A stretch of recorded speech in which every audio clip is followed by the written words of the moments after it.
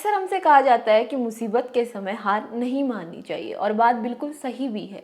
निखिल की हार न मानने की जिद की वजह से आज पूरा गांव जिंदा था और सुरक्षित था। हुआ ये कि एक बार निखिल के गांव में बहुत भयंकर अकाल पड़ गया। पेड़ पौधे सूखने लगे, पशु पक्षी मरने लगे, जानवर सारे मर गए और लोग पानी पानी के लिए मोहताज होने लगे। हालात कुछ ऐसे थे कि कुछ लोग गांव छोड़कर जा चुके थे और जो बचे थे अब उनकी हालत बहुत ज़्यादा गंभीर थी। लोगों ने जीने की उम्मीद ही छोड़ चुकी थी क्योंकि उनके पास ना तो पैसा था कि वो कहीं दूसरी जगह जाके बस सकें, ना ही जीने की कुछ उम्मीद बची थी। खेत सारे सूख चुके थे, मिट्टी बिल्कुल सूख कर पत्थरों की तरह बन चुकी थी। अब वहां जीने की कुछ भी उम्मीद नहीं थी। वो लोग मिट्टी को छान के उस मिट्टी को ही खाने लगे, अपनी भूख मिटाने लगे।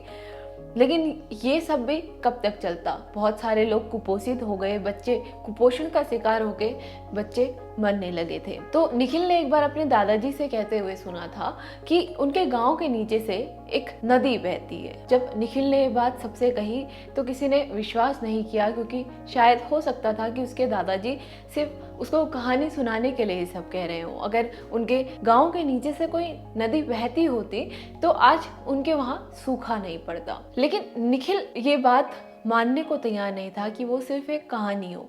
निखिल ने एक फावड़ा लिया और जमीन खोदनी शुरू कर दी। लोग उससे कहने लगे कि क्यों तू पागलों की तरह ये जमीन खोद रहा है, अगर यहाँ पानी होता तो आज हमारी स्थिति ऐसी नहीं होती। निखिल ने उनकी बात नहीं सुनी। वो एक फावड़ा लेकर जमीन खोदते गया। लोग बार बार आके उसे यही कहते रहे कि तेरा जमीन खोदना व्यर्थ है, तू इतनी मेहनत मत कर, खाने के लिए हमारे पास कुछ नहीं है और तू सारी मेहनत इसमें लगा देगा तो तेरा शरीर कमजोर होकर गिर जाएगा। निखिल ने 3-4 दिन तक लगातार अकेले जमीन खोदनी जारी रखी। निखिल की हालत बहुत ज्यादा बिगड़ चुकी थी क्योंकि डिहाइड्रेशन के कारण उसे चक्कर आने लगे थे। उसके शरीर में ताकत बिल्कुल ही खत्म हो चुकी थी। लेकिन उसने देखा कि जो नीचे से मिट्टी निकल रही है वो थोड़ी सी गीली गीली है, तो उसने थोड़ी सी उम्मीद बांधी कि शायद नीचे पानी मिल सकता है। तो उसने खोदना शुरू करा तो उसने देखा कि नीचे गंदा सा पानी था लेकिन